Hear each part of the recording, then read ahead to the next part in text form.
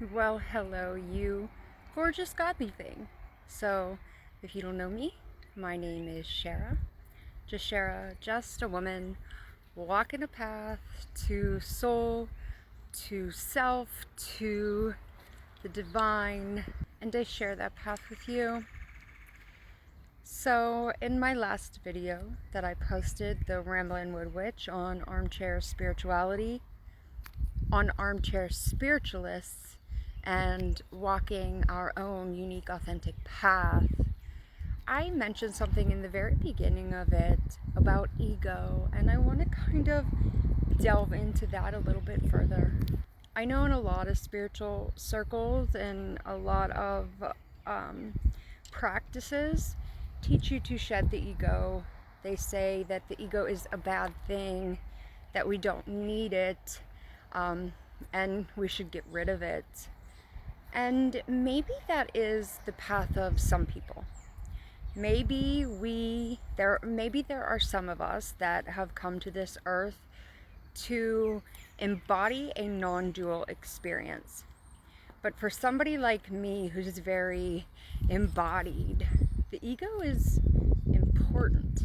As human beings on planet Earth, we live a life of separation. And it doesn't matter how close you can get to a non-dual experience, you are still a human being in a human body, living a human life. You still have to have some kind of little I, some kind of sense of self in order to exist as a person. For me, and this isn't going to be everybody's experience, and everybody's experience is valid and unique, but for me, the point isn't to kill off the ego or even so much to integrate the ego. It is to align the ego with soul and purpose. And yes, we should integrate the ego. We should. That's the whole way that you shed, because oftentimes our ego is the same thing as our conditioning in this world, as the chains we bind ourselves in. And yes, we need to shed that. I used to hate the term ego death because I always said, you don't want to kill your ego, you want to integrate it. But I understand it now that I've gone through an actual ego death.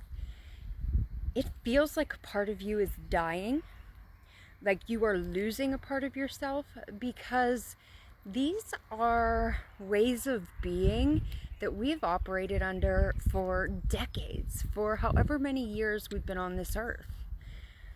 It very much feels like you are mourning a part of yourself. And in a lot of spiritual circles, they talk about shedding the masks, which is ego. You shed your masks, your ego masks, the false self, the false personality. But as a human being, we have to have some kind of mask. We want the aim to be an authentic mask, an authentic expression of ego, not have no ego at all, because then you wouldn't be a human. When connecting with our souls, we learn that nothing is separate and we are all one and all part of this beautiful web of life, this golden tapestry that we weave all together, but we still experience this world through a human lens. We are still a soul on planet Earth. And I really believe that that is the point. Planet Earth is a school of sorts where we come to evolve, so that when we leave this plane of being, we can evolve on a spiritual soul level into the next density, so that we can become higher level beings and go on to whatever's next, which we can speculate but cannot truly put our finger on. Ego is far from a bad thing. It is who we are and who we express as. Without my ego, I wouldn't be able to be here and give you the messages I give you. As a matter of fact, even when I am open and channeling and in flow with the divine and delivering you messages that the divine is pouring out into me, out through me to you, I have to translate that through an ego level. The same stream of energy coming through me is going to look different coming through me than it will coming through another channeler, because me and that other channeler are different beings. We're different people. We've lived different lives. So we're going to see the world through a different lens and deliver that to you through a different lens in separate ways. But it is still going to have the same energy, the same message, the same point. It's going to hit in the same way. So while it is important to shed the false self, to shed what doesn't serve, to shed what is inauthentic, to shed what is not truth, it is also important to pick up what is the truth. As an example, in 2024, I started publishing my poetry. I have a page on here. It is called The Poetical Abyss. It is now inactive. I've been a writer my whole life. Since the moment I was able to put words together, to write words, I started writing. And this has been a lifelong part of me. But after I started publishing these, I realized that I'm not sure if this is true or if it has ever been true. When I was young, I had a friend who was also a writer, and her and I did a lot of the same things. And we dove into a lot of things together. So we wrote together, we explored the world of dance and theatrical makeup, and all of those things I loved, but none of those things can I tell you were they my idea or her idea. So it brings into question, is it true? And this question shook the very foundations of my being, because I've always known myself to be a writer. I have held that part of me so close and so dear for such a long time. I'm good at it. I'm good at it. And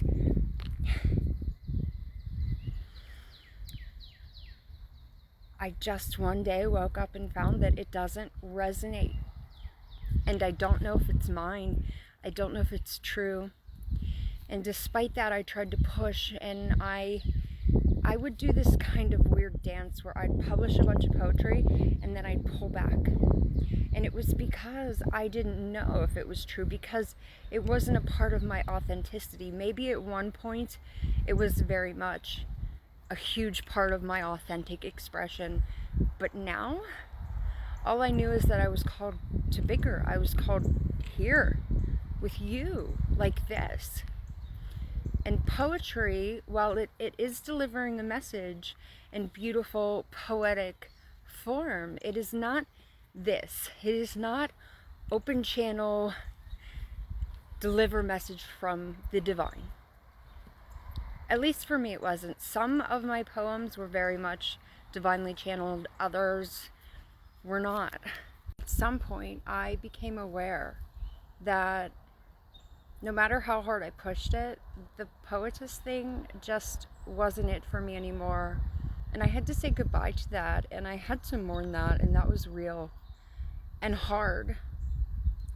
But it birthed a greater new expression of me, because I was able to go from that to this. And that isn't to say that this is going to be my path forever. I am sure my path will shift in form, and I will have to shed many more ego masks and pick up many more, because that is the path to authenticity. That is the path to soul. But there will always be an ego. Always. For me. And that's the point. But yeah, I guess that's it. I just wanted to talk about this real quick, and I hope you have a lovely and wonderful day. Bye-bye.